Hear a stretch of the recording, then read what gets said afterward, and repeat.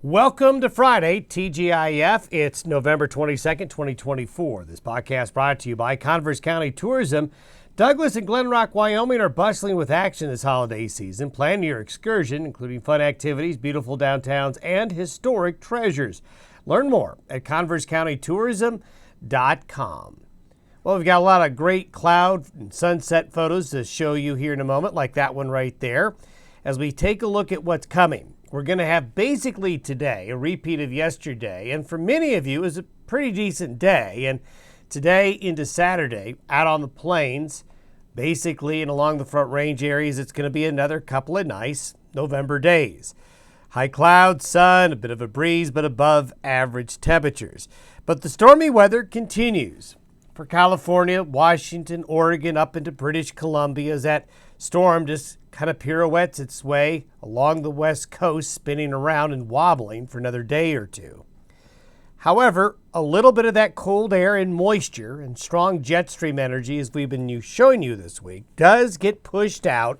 Kind of the first push of energy and moisture comes off the coast and inland. So there's going to be a little bit of weather, not a lot, Sunday into Monday, especially along the I-70 and I-80 corridors of Wyoming and Colorado, with just a little bit of winter weather.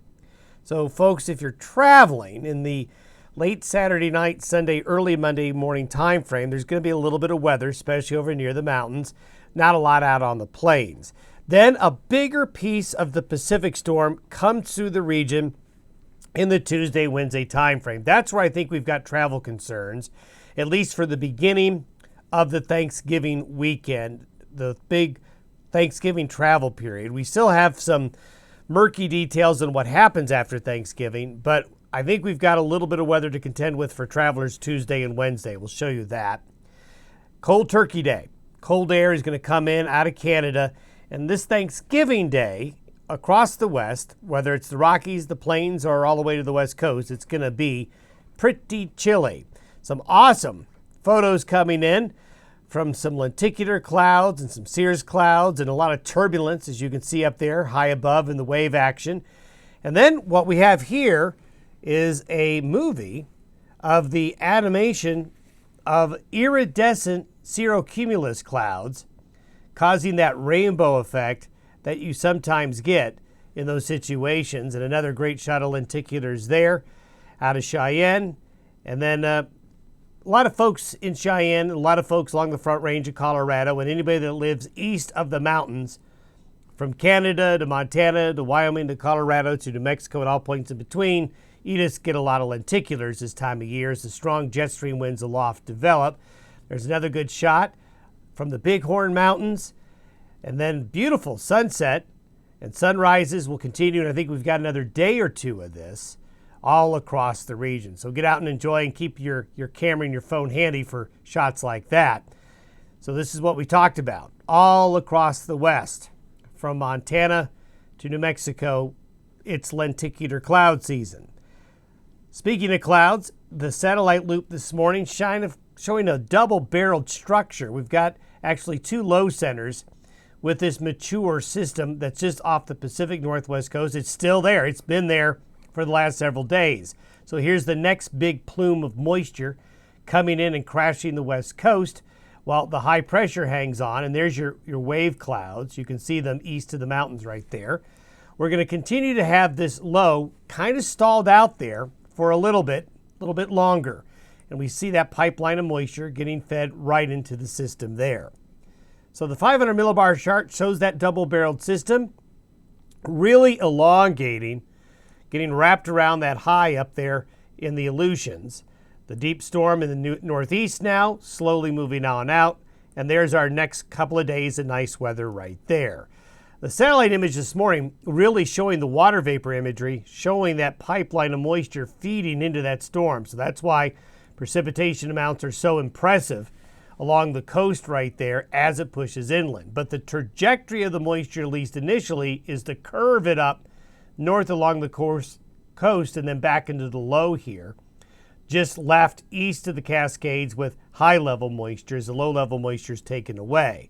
By Sunday morning, we start to see the low kind of fracture and get pushed off. Here's the first little wave with it, It drags along those moist, energetic jet stream winds right here. And that's where we're going to get a little bit of weather. Streaking from California along basically Interstate 80 like this. Again, it's not going to be a lot, but we have showed you this over the last couple of days. There's going to be a little streak of moisture right here. So if you're going to be traveling Saturday night, Sunday into Monday morning, there's going to be a little bit of weather here. Northern Colorado, far southern Wyoming, again, nothing to write home about. This is what you want to write home about up here. The overrunning moisture, that pipeline of moisture, the trajectory of the deep moisture hitting the cold air ends up in Alberta, Saskatchewan, and Manitoba. And for you folks in far northern Montana and northern North Dakota, you're going to get maybe a bit more snow here than this is showing. You're right on the edge. But there's going to be significant snow again in those areas that picked up significant snow earlier in the week. But you can see the brighter colors really hanging up along and then west of the mountain ranges. That's where the best moisture is going to be initially. So this is the first salvo of moisture and energy coming out in that Sunday, Monday, Tuesday time frame. But a bigger piece, the bigger, more energetic and moist piece of the Pacific storm, what's left of it, is going to come through late Tuesday and into Wednesday. It doesn't look like much, and it will not blow up into a big, massive storm, but it's going to bring a pocket of cold, moist Pacific air into the Rockies and the plains. So as we get into Tuesday night, Wednesday through Wednesday evening, the central Rockies will have some snow, and the door is open to Canada. So colder air is going to come in along and beside this system. So if you're going to be traveling, the Sunday, Monday system isn't going to be a lot, but we'll have to watch it. Most of its impacts, though, are going to be Sunday. Monday, if you're traveling, I think you're going to be kind of in between systems, and we'll start to maybe be able to have a little bit of a break in the weather. Although traveling in the Pacific Northwest and further west Monday, you're going to have some weather. As we get into the Tuesday, Wednesday, Thursday time frame, we're going to have some roads and highways that are going to be icy. This is for the 72-hour period of Tuesday, Wednesday, Thursday.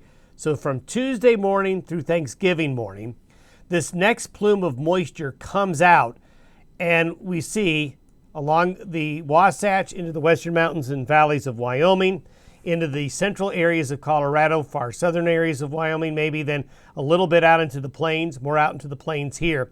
This is that larger piece of energy and moisture coming through. So more moisture for California and into the interior west. So this particular area right here, basically this area with the exception of maybe this little gap right here, there's going to be some winter driving concerns. Again, it's not going to blow up into a big system, but if you're planning travel, hitting the roads Tuesday, Wednesday into Thursday morning, the green, the blues, the yellows, the oranges is where you're going to see some more significant moisture. So parts of Colorado, parts of Utah, Wyoming, maybe out into the plains here along Interstate 70, the Intermountain West and the adjacent plains, enough to be a headache. Let's put it that way. Not a big system, but enough to be a headache. By Thursday, Thanksgiving Day, into Friday, this system will move off to the east and there'll be a little bit of a break, but it will be cold. These are the temperature anomalies mid to late afternoon on Thanksgiving Day. So you can see all across the region, it's going to be a cold Thanksgiving across the west. We'll have more for you Monday. Have yourself a great weekend.